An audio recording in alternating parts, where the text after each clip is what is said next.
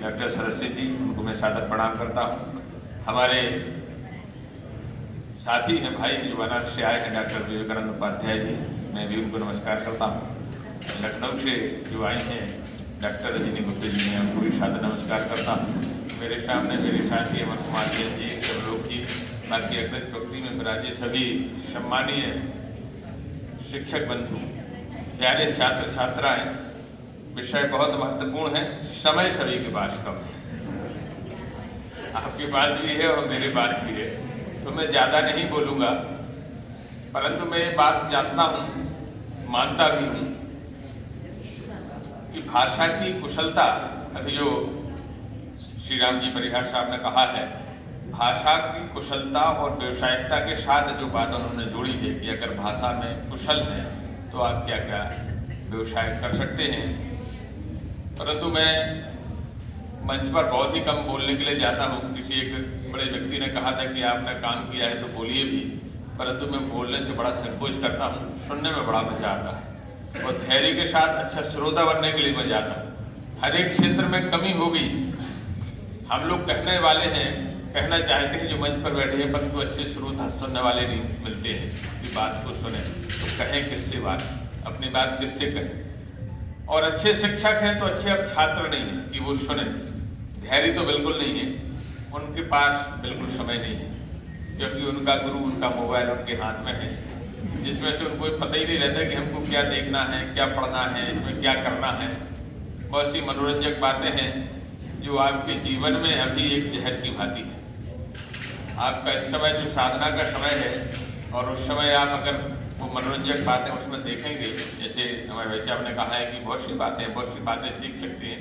उसमें विज्ञापन की बात कही उन्होंने, यूट्यूब की बात कही है कि घर बैठे आप 25,000 रुपये उसमें कमा सकते हैं, विज्ञापन में लोग देखना चाहते हैं, परंतु आपको ये पता ही नहीं है उसमें, क्योंकि उसमें कोई ऐसा रेफरेंस नहीं बताने वाला कि आप इसमें से क्या देखें क्या ना देखें, क्या ये सर्टिफाइड क्या है और क्या नहीं है। उसमें कोई रोक टोक नहीं है। जैसे आप स्वतंत्र हैं, अपना खुद का तंत्र है आपका आने जाने का, कि जब इच्छा हो रही सभागार में आ रहे, जब इच्छा है आपकी सभागार से जा रहे, और ऐसी स्वतंत्रता जिसमें आपने अपना एक तंत्र बना लिया हो, जिसको स्वच्छंदता भी कहते हैं, जो बंदरों में अक्सर पाई जाती है। ना वो घर बना पाते हैं ना वो घर बना पाते हैं, ना कोई आपके, परंतु मुझे नहीं लगता कि में ऊर्जा की कोई कमी रहती है। उनके हाथ पांव हमेशा चलते रहते हैं, परंतु 4-5 बंदर जहाँ रहते हैं वहाँ कोई बन नहीं सकता है, सिर्फ बिगड़ ही सकती है बात। और 4 बंदर रहते हैं तो आदमी बहुत टेंशन में रहते हैं कि एक चीज़ें क्या बिगाड़ देंगे। तो ऊर्जा का सदुपयोग करें सही दिशा के लिए। और भाषा और कुशलता की बात तो ऐसी है जो अभी कही हमारे पूर्व के वक्ता ने, हर एक जगह हर एक लोगों की कमी है। जितने लोग यहाँ बैठे हुए हैं, यहाँ नौकरी की कोई कमी नहीं है। बात यह है कि भाई आपके भीतर क्या है, आप जानते क्या हैं, आपकी कुशलता क्या है, आपकी दक्षता क्या है, आप क्या जानते हैं। हमारे पास रोज जॉब लेने के लोग आते हैं, तो मैं उनसे पूछता हूँ आप क्या कर सकते हैं, आप बताएं क्या कर सकते हैं, मेरे लिए हर एक प्रकार के काम, आप बताइए आप क्या कर सकते हैं। तो उनके पास जवाब नहीं होता कि हम क्या कर सकते हैं। मैं पूछता हूँ आप क्या जानते हैं, बताइए आप। हम लोग यहाँ एक लेटर अगर ड्राफ्ट करना है या मैम के लिए एक ब्रोशर आज बनाना होगा इसको डिजाइन करने के लिए, तो इसमें भी बहुत से लोगों की ऊर्जा, जैसे अमर कुमार जैन जी हैं, इनकी बहुत ऊर्जा लगी होगी, यही दिन रात काम कर रहे हैं, उसको प्रिंट कराना, उसको डिजाइन करना, उसके लिए काम करना। उसमें एक भाषा की बात है, कहाँ कौन से शब्द लिखते जाएँ। भाषा तो वो तपस्या है। एक बार मैं एक कार्यक्रम में आए थे, कपिल तिवारी जी बोल रहे थे, और साहित्यकारों की सभा थी, मैं बार बार कोट करता हूँ, तो कहते बहुत सारा मत लिखिए आप, एक लाइन लिखने के लिए आपकी जीवन निकल जाएगी, और वह लाइन लिखें कि वह लाइन एक सूत्र या मंत्र बन जाए और जिसको हजारों वर्ष तक गाया जाए।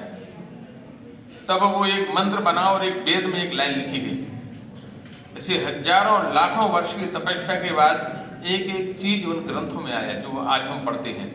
उस लाइन को लिखने के लिए, उस भाषा को शुद्ध करने के लिए सदियों बीत गई, लोगों के कई सैकड़ों वर्ष लग गए, जब वो एक चीज उस पुस्तक में बन के आई। इतनी उनकी साधना लगी है।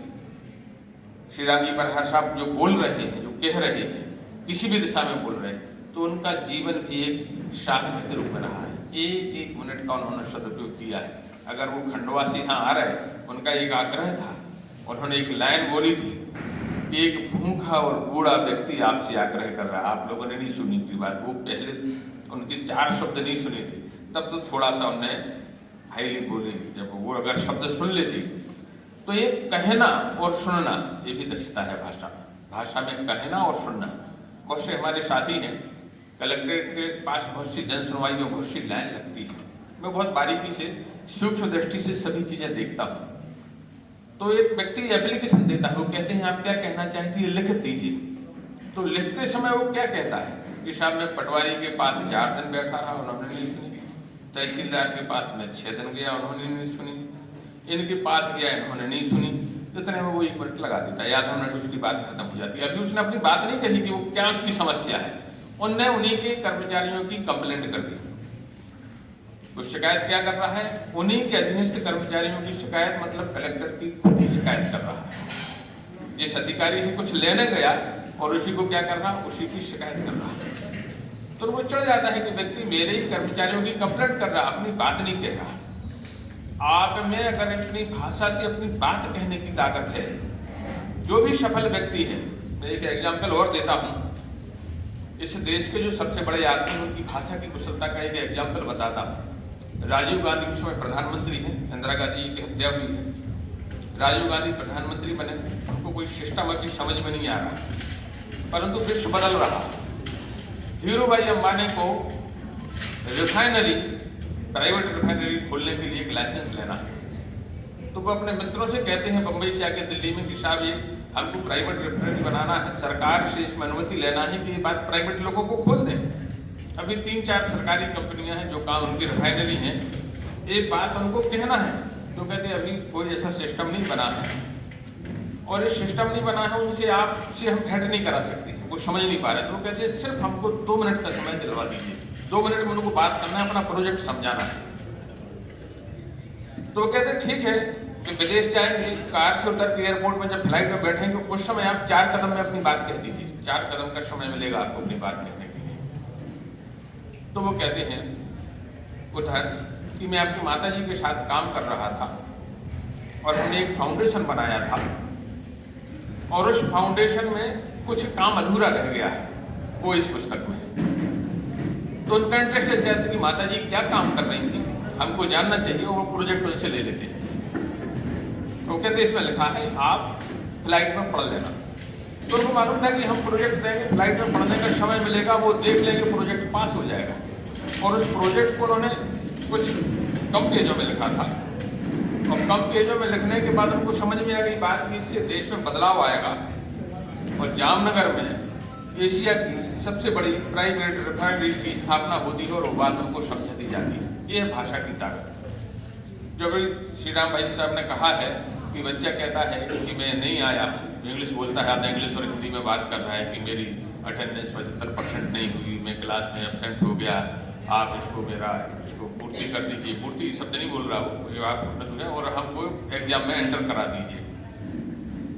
तो उसकी बात वो कहते नहीं है कि क्या कारण था या उसमें कितना झूठ बोल रहा था। हमारे पास बहुत सारे बच्चे आते हैं, तो मैं हमेशा परखता हूँ कि बच्चा अपनी बात कह पा रहा कि नहीं कह पा रहा।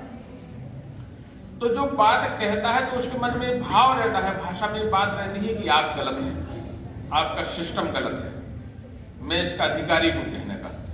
वो उसको भाषा के शब्द पता ही नहीं होते हैं कि बात हमको कैसे रखना, या घर में वो अभ्यास करने नहीं आता। मैं बहुत छोटे परिवार से आया, हम लोग 3 भाई हैं।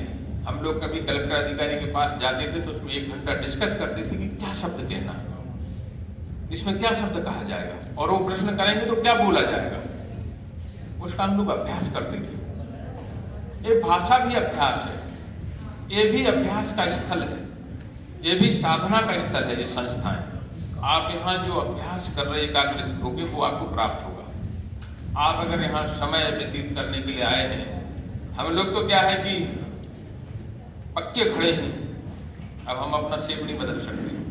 अगर बदलने का प्रयास करोगे तो वो घड़ा टूट जाएगा।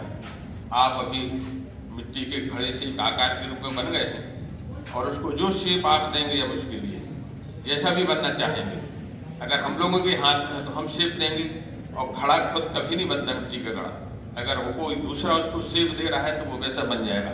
और हम तो कहते हैं आप मिट्टी के घड़े नहीं हैं, आप कंचन और सोने के घड़े में बदल सकती है। बस शिक्षक के हाथों में, उनके भाव में, उनके चेहरों में, उनकी नजरों में आइए। तो अगर हमारे प्रिंसिपल महोदय एक हाथ ऐसा उठा रहे कि रुक जाइए, तो हमें दरवाजा बंद करने की आवश्यकता नहीं है। अमर कुमार जैसा भी काम करने वाले व्यक्ति के गेट पर खड़े होने की आवश्यकता नहीं है। बाहर से दरवाजा खड़े होकर छुट्टी से दरवाजा बंद करने की आवश्यकता नहीं है कि रुक जाइए आप, ये कहने की आवश्यकता ही नहीं है। इतने बड़े विद्वान जिन्होंने अपना जीवन लगा दिया मंच पर बैठे हैं और आपसे बात कहने के लिए आए हैं। चलिए आप सम्मान से देखिए, तो भाव बदलिए। भाव के साथ आपकी भाषा, विनम्रता, सरलता, जीवन का सरलता, श्रद्धा, विनम्रता, भाषा के साथ गुणों की भी बात है। और कभी कभी भाषा अच्छी नहीं है, भाव अच्छे हैं। भाषा अच्छी नहीं है, भाव अच्छे हैं, तो वो भी महत्वपूर्ण है। तो इसमें अपनी बात अगर आप एक्सप्रेस करा सके और दूसरों से अपनी बात मना सके, वही सफलता है जीवन में। अगर वो छोटा सा मंत्र समझ गए कि बात या ये एप्लीकेशन या आवेदन ये बात करना चाह रहे हैं और वो बात आप मान गए, तो जीवन आपका सफल है। मैं इतना कहते ही अपनी वाणी को विराम देता हूँ। जय हिंद, जय भारत।